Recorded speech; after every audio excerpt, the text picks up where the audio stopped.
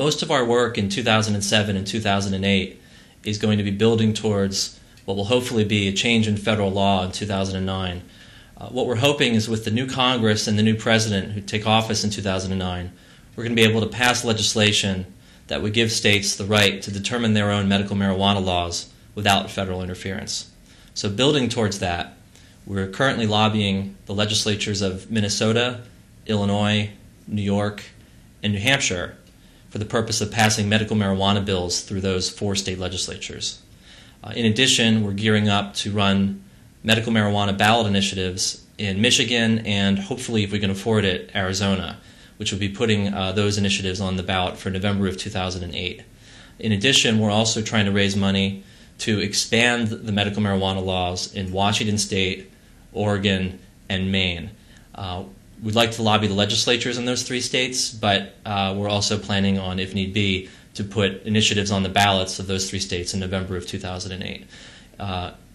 In sum, those 3 states, what we're trying to do is expand those laws so that the sale of medical marijuana in pharmacy-like establishments would be made legal. All this state activity, we hope, will lead to new state medical marijuana laws and improved state medical marijuana laws that will give us the momentum that we need to change the federal law in 2009. On the non-medical marijuana front, we have basically 4 projects that we're working on. One is that we're trying to get the first ever bill introduced in Congress that would defederalize all the marijuana laws. We have reason to believe that we're going to be able to introduce that bill sometime in 2007. In addition, on the state level, we're currently trying to raise money to run public education ads in Alaska for the purpose of building public support for taxing and regulating marijuana, similarly to alcohol for adults aged 21 and older. In Alaska, there's already 53% support for taxing and regulating marijuana, and what we want to do is run ads over the next few years to build that support to above 60% so that we can end marijuana prohibition entirely in Alaska by ballot initiative in 2010. In addition, in 2008, we're planning on putting an initiative to remove the penalties for marijuana on the local level in Nevada in Washoe County, which includes Reno. Washoe County is the 2nd biggest county in Nevada, and when we ran our statewide ballot initiative in Nevada in 2006, even though statewide we got 44% of the vote, in Washoe County we got 47% of the vote.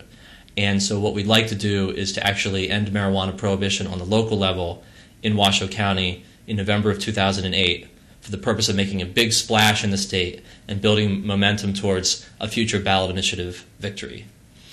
Finally, we're planning on putting an initiative on the Massachusetts ballot for November of 2008.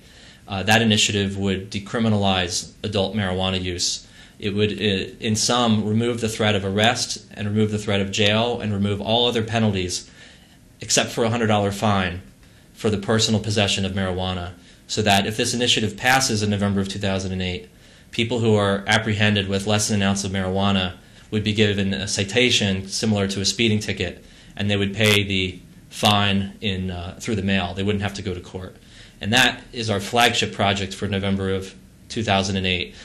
No one has ever actually passed an initiative to decriminalize marijuana on the statewide level, so this would be the first. Of course, all this state-level lobbying, all the ballot initiatives, and our congressional lobbying, as well as our PR efforts, all cost money. And so our ability to launch all these projects and succeed at all these projects is dependent upon the generosity of our dues-paying members.